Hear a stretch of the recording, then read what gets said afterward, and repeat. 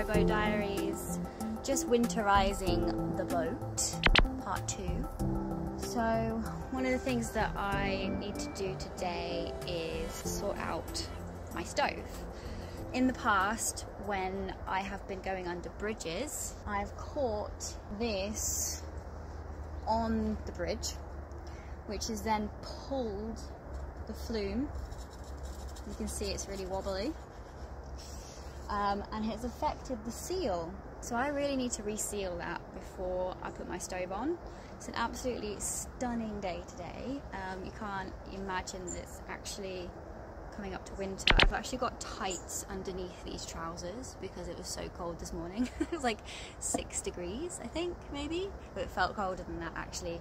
So yeah, I'm gonna figure that out over the next couple of days. I've got a guy called Paul coming out to see me, and he's an Arga specialist, a Rayburn specialist, so he's going to be helping me with fixing some of the things. He's got special tools that I don't have, so I'm going to be working with him. And to prepare for that, I'm going to have a little play around with this flume and get it ready for resealing, and I have absolutely no idea what I'm doing, but I'm going to do it anyway.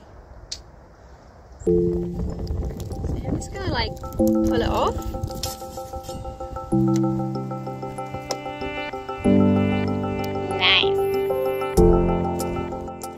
One of the reasons I chose to live this way is because I knew that boat life would give me new challenges and things that I've never done before, like doing this. Whoa. Okay, that comes out, didn't realise. Hello down there. Do you need help?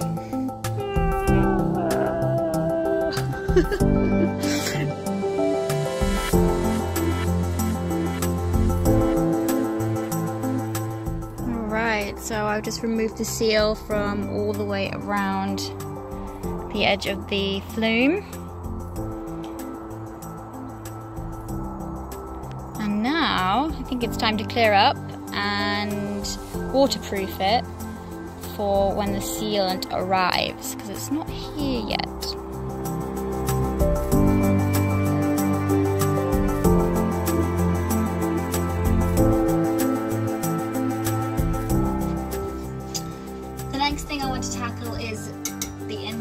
Of the boat. Same kind of stuff here. We've got lots of sealant that's really not in a great condition, and I feel like it would be good to reseal this as well. I might get a better look about what's going on up there. I might be able to clean it around the outside as well, but I have no idea what I'm going to find when I get up here, so hopefully not any problems. Because that's what can happen sometimes when you start these kinds of jobs on boats. You just come across more problems. And not necessarily on a boat, it's also in a house as well. So yeah, I'm going to put something down here now and catch the dust and start knifing at it.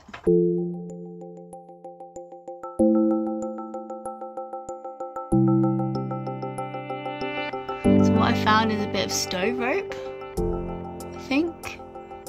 And it's the bit that usually goes around the edges of that there. Interesting. Okay, maybe I can replace that.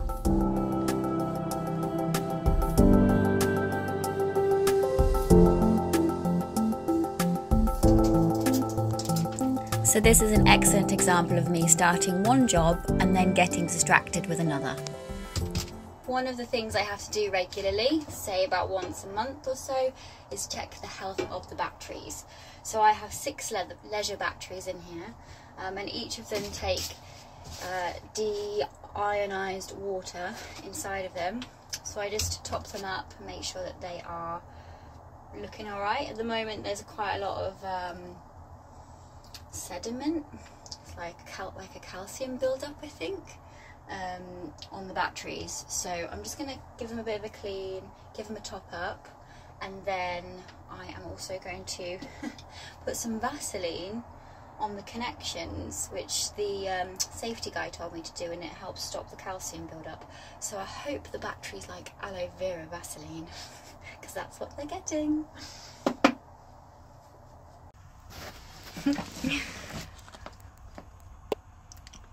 I'm not gonna lie, this feels very odd. This can stay in the engine room. It's not going back on my lips ever again.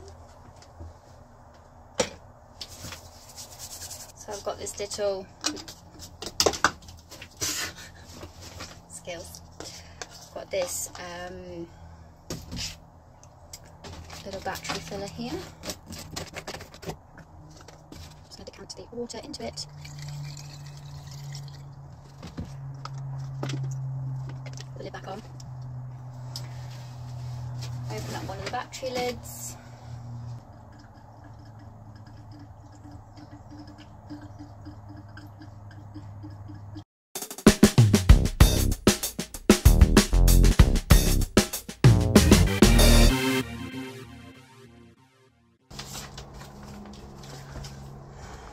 Okay, so I have some stove rope to replace the horrible old stuff that's been shoved up there for who knows how long. And I'm gonna try my best to put this up there instead.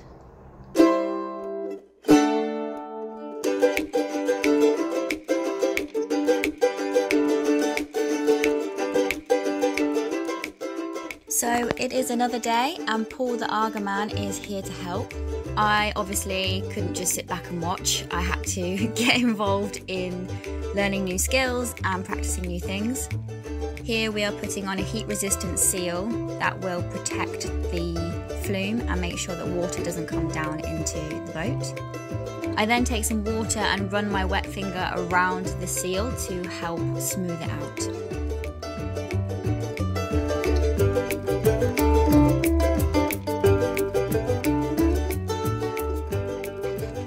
Next, fixing the grate in the Arga. And as you can see, we had some problems getting it out, so we're trying to file down part of the Arga so we can remove the grate.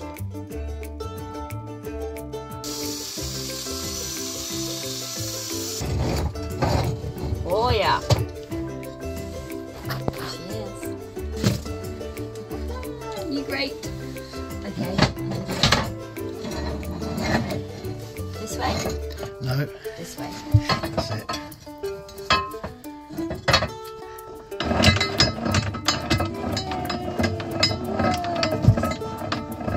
Having Paul come and help me today was really great and helps with my confidence.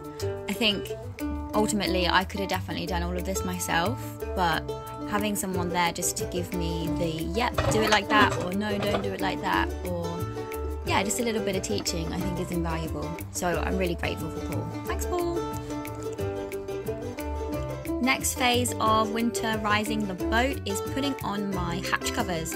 So these are leather covers that were designed especially for my boat, and they protect the hatches from rain. It insulates the boat slightly a little bit more. It also adds a little bit of security.